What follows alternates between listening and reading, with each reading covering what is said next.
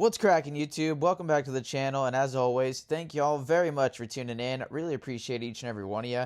Just got finished up watching the Seattle Supercross for round 6 at AMA Supercross and the Super Motocross World Championship. And finally, we got a Hayden Deegan versus Levi Kitchen battle. Delusional Deegan fans everywhere have spent the entire season thinking Kitchen has nothing for Deegan, but that's what I've been waiting to see. Then in the 450 class, we had the Battle of the Titans between Eli Tomac and Cooper Webb on an insanely Gnarls Barkley difficult track. We had a massive Ken Roczen versus Hunter Lawrence collision, a surprise on the podium, and I have now broken the panic button from smashing it so hard for Chase Sexton. But you guys know the lineup. Before we get into all that stuff, I got to give a huge thank you and a shout out to my channel sponsors because they're the ones who help make it possible for me to get to all the races and help keep the channel going. So please, guys, do me a favor and go check them out. Huge thank you to ASV Inventions, home of the Unbreakable Lever, Sirius Studio, who can take care of all your merch needs, and the DesignLabCo.com. They got some great designs in their lab at their co, and if you need graphics, look no further than there. I have links and discount codes in my video description, and if you guys buy from them, a small portion of the sale goes to me to help keep us going. So if you're supporting them, you are literally supporting me. And also, I'm doing the TV announcing for the GT Arena Cross series on Fox Sports 1 and Fox Sports 2 with Daniel Blair. Here's the airing schedule. Would really appreciate it if you guys would tune in. Not only will entertainment be guaranteed in your contract, but it'll also help me keep my job. But thank you guys again for watching. Hope you enjoyed today's video.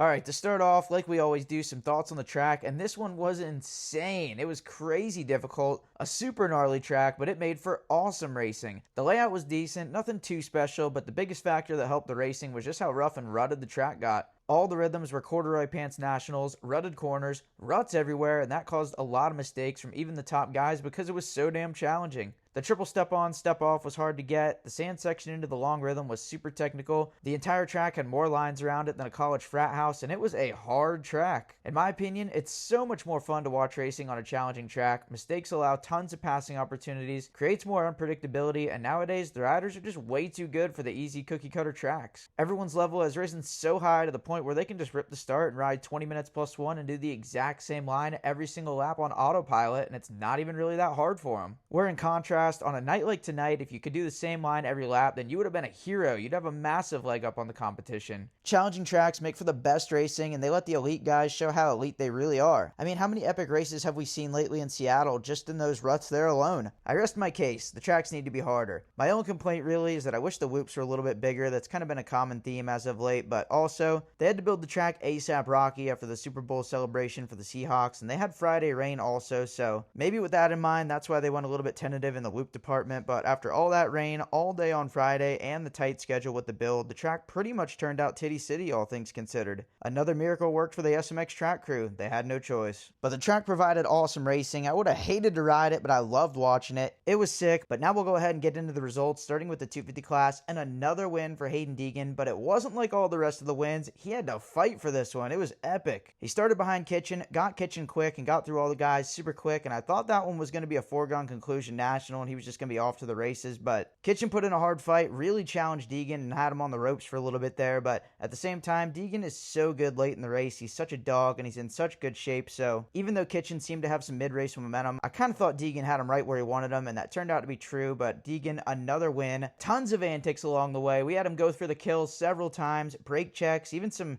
brake checking on the landing of a jump, some questionable tactics, and you can say what you want about him, but damn it, they entertained the crap out of me. I'd hate to race him, but I love watching it. I mean, it definitely keeps you on the edge of your seat all night long. You never know what you're going to get, but yeah, it could be another story when he moves to the 450 class and does that to those elite guys, but I guess we'll be here for whenever it happens. Stay tuned without choice. But then in the 2 spot, we had Levi Kitchen, hometown race, almost got the win and an amazing ride. And it's been a tough season for Levi. I mean, he came into this thing, I'm sure, with championship aspirations, and it kind of just evaporated immediately with those first 3 races going down on the start. So season was kind of a wash right then and there, but now he's just in it for personal pride and race wins and just to show what he's made of. And that was what he was made of. That's what I've been waiting to see all season. I mean, I've had people in my comment sections just blow me up, talking about how Levi sucks and he's slow and this and that, and he looked pretty fast to me. That's what I've been waiting to see. And Levi Kitchen versus Hayden Deegan, those are the battles we need more of, so stay tuned whenever the series resumes. Maybe we'll even get it at the East-West Showdowns with all the East guys. That'd be a banger. But then rounding out the podium in 3rd, Max Anstey, way back. I mean, like 3 to 5 business days back behind that battle for 1-2.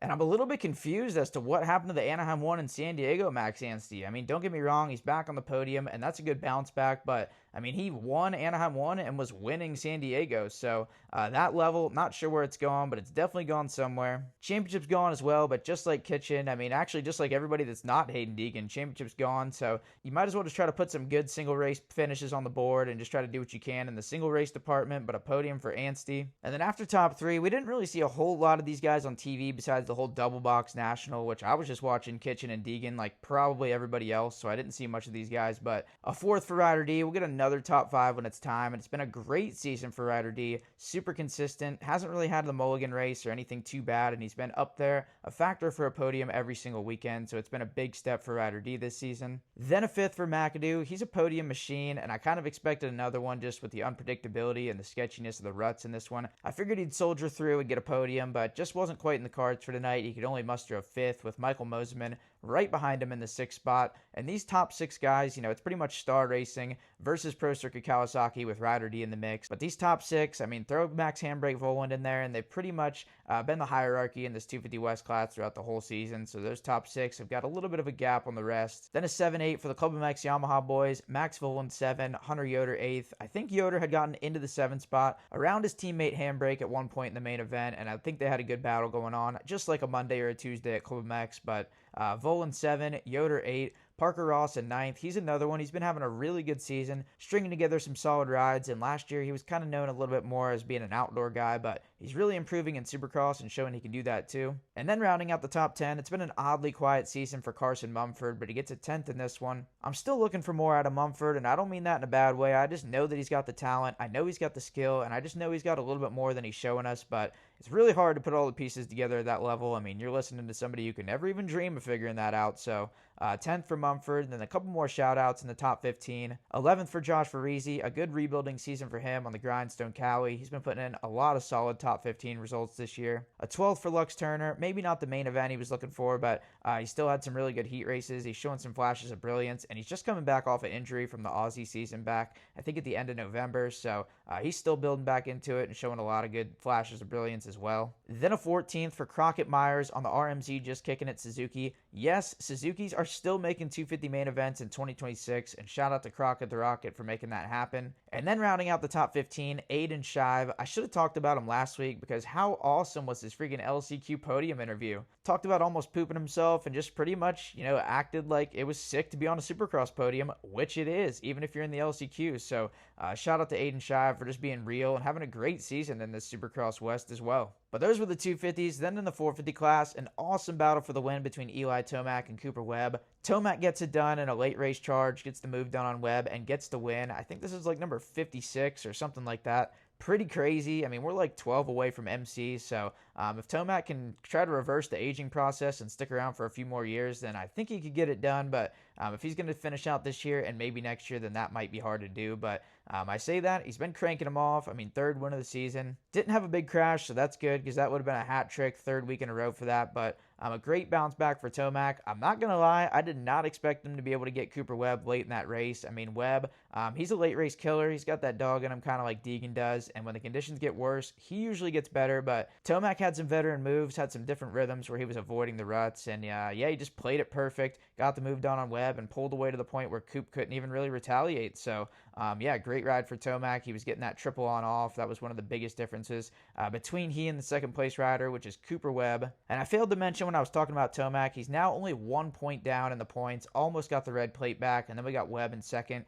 He's 11 points down in the 3 spot in points. But a really good night from Webb. I'm really surprised he didn't get that win. Like I said when I was talking about Tomac, with these conditions and his positioning in the race, I thought that one was just in Webb's contract to get the win. But Tomac went beast mode and outdogged the dog, but still a second place for Cooper Webb when a couple of his championship contenders, rivals, had a couple of rough nights. Definitely nothing he's bummed about. He's only 11 down and it's round 6, so he's probably got everybody right where he wants him. He might even be closer than he expected. But I'm not wavering on Cooper Webb as my title pick. I still think he's got this thing. I still think he's in a perfect spot, and he knows how to finish these things off, so looking forward to seeing how that progresses. We still got the old dog Tomac in the fight too, so I love to see that also. Then in the 3 spot, rounding out the podium, a bit of a surprise with Justin Cooper in the 3 spot, although I say that, him doing good on a rutted track really shouldn't be a surprise. I guess it's just a little bit of a surprise surprised. Based off how his season's gone so far, it seemed to have been a bit of a struggle for him. Bad starts, lackluster results, but he bounced back in a big way. I feel like bounce back is my word of the video tonight, but yeah, solid ride to get on the box for J. Coop. Podiums in the 450 class are hard to come by, so great on him to get one. Then a fourth for Hunter Lawrence. Definitely should have been a third, but he kind of self-destructed himself and Ken Roczen in the sand section. And I haven't gone back and slowed it down and watched replays or anything like that, but I mean, obviously it wasn't a very smart move. There's no way Hunter expected Kenny to be cutting down like he did. I think he thought that Kenny was going to follow that berm on the outside of the sand, but Kenny cut back under. I think he was trying to line up for that rhythm section, and Hunta jumped in there. Kenny was already there whenever he got there. It was just way too late, and he just smashed him. T-bone steak. You would have thought he was Vince Freezy, and they both went down. Still got up and managed to get the 4 spot locked down, but definitely a bummer move. I mean, I feel like he was going to get that pass done anyways. Maybe just a little bit of impatience, but at the same time, his heart rate's probably 190, and they're 18 minutes into the race, so not usually the easiest time for decision making, but a 4th for Hunta, then a 5th for Chase Sexton. I was about to try to make it sound like I was an alarm, but I'm not even going to try. I'm just going to say it. We are panicking. 5th place isn't necessarily a disaster as far as, points and what place he got, but just the way he got 5th, I mean, he didn't really show any flashes of brilliance, not really any fast laps in qualifying. I mean, he's kind of not really doing any of the things that Chase Sexton's known for. That's what has me panicked. I mean, if he was still crushing it fast in practice, leading laps, fastest laps in the main events, but just missing, 1 or 2 pieces of the puzzle, then I wouldn't be quite as worried. But yeah, it's looking like a bit of a disaster right now. I mean, he was good at round 3. Now it seems like he's just spun around in circles and he's lost. The bike setup, I'm sure he's looking for something more out of it. But it's been a tough season for him. I feel like at this point, it's about too late for this championship unless he turns it around in a big way, like next week or the week after, and just goes on a crazy run. But with the field being this stacked, that would be pretty hard, but I definitely didn't expect this kind of season out of Chase Sexton. I'm confused. But then into the rest of the top 10, a 6 for Malcolm Stewart. Didn't really see much of him besides the insane trip to Indonesia in the heat race. That one had to hurt, but at least he's seeming like he's getting a little bit more healthy with that shoulder injury from Anaheim 1, and he's improving up into the 6th spot. Then a 7th for AP. A little bit of a bummer ride for him after he got that really good start up there in the top 3 with those main guys and just fell back a little bit, but I mean, when you're up at the top end of the field with these guys, if you're like a % or 2 off, you're going to go back to 7th just like AP did. So, I mean, he might not even felt that bad on the night, but if you're not firing on all cylinders, and I mean all cylinders, then this is kind of what you'll have in your contract. Then an 8th place for Joey Savacci, another solid result. This dude lives in the top 10. He can quit paying rent. He lives there. A quiet 9th for Dylan Ferrandis. We've hardly seen or heard anything out of him. And then a 10th place for Ken Roczen. Oh, what could have been. The dude was the points leader at one point. Great ride. Did almost everything right. I mean, he might have been fading a little bit late race, but sometimes you'll have that on the bigger jobs. And then he just gets torpedoed by Hunter Lawrence. Not like he could have seen that coming. So just a massive bummer overall for not only that race, but also the points. I mean, we were about to have 4 guys all pretty close in the points, and now Kenny's kind of been dropped off the tail end of that pack, so you hate to see it. I was really looking forward to all these guys staying in the fight, but as the season progresses, that's kind of what you're going to have. I mean, they're going to start dropping. They're going to start having bad races one at a time. And that's what this was for Kenny. But as far as tonight's video, that's all I got for you guys. As always, please let me know in the comments what you thought of the video. If you liked my takes, if you agree with me, if you disagree, if the video sucks, if I'm just a cooked unit, or anything in between, we are actually here for all of it without choice. But like I said, thank you guys again for watching. Really appreciate it, and I'll catch y'all in the next one.